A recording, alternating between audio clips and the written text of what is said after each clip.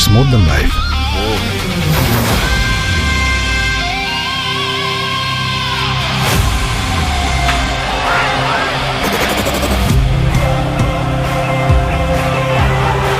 Global superstar. The future of a rock star.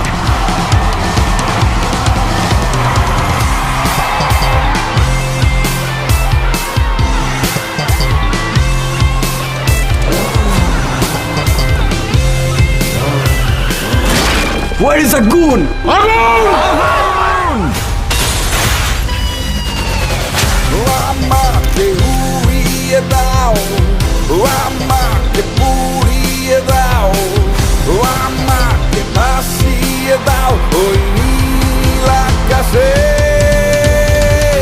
আমাকে নিয়ে যাও তোমার সাথে।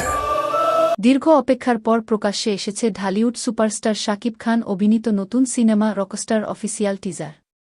নির্মাতারা একে জ্যামিং সেশন হিসেবে উল্লেখ করেছেন, যা প্রকাশের পর থেকেই দর্শকদের মধ্যে তৈরি হয়েছে ব্যাপক আগ্রহ। মঙ্গলবার ৫ মে সন্ধ্যায় টিজারটি শেয়ার করে শাকিব খান নিজের সামাজিক যোগাযোগ মাধ্যমে লেখেন, একটা ঝড় অনেক দিন ধরে পথ খুঁজছিল, এবার সে আসছে পর্দা কাঁপাতে। প্রায় ১ মিনিট ২০ সেকেন্ড দৈর্ঘ্যের এই টিজারে শাকিব খানকে একেবারে ভিন্ন ও আগ্রাসী লুকে দেখা গেছে।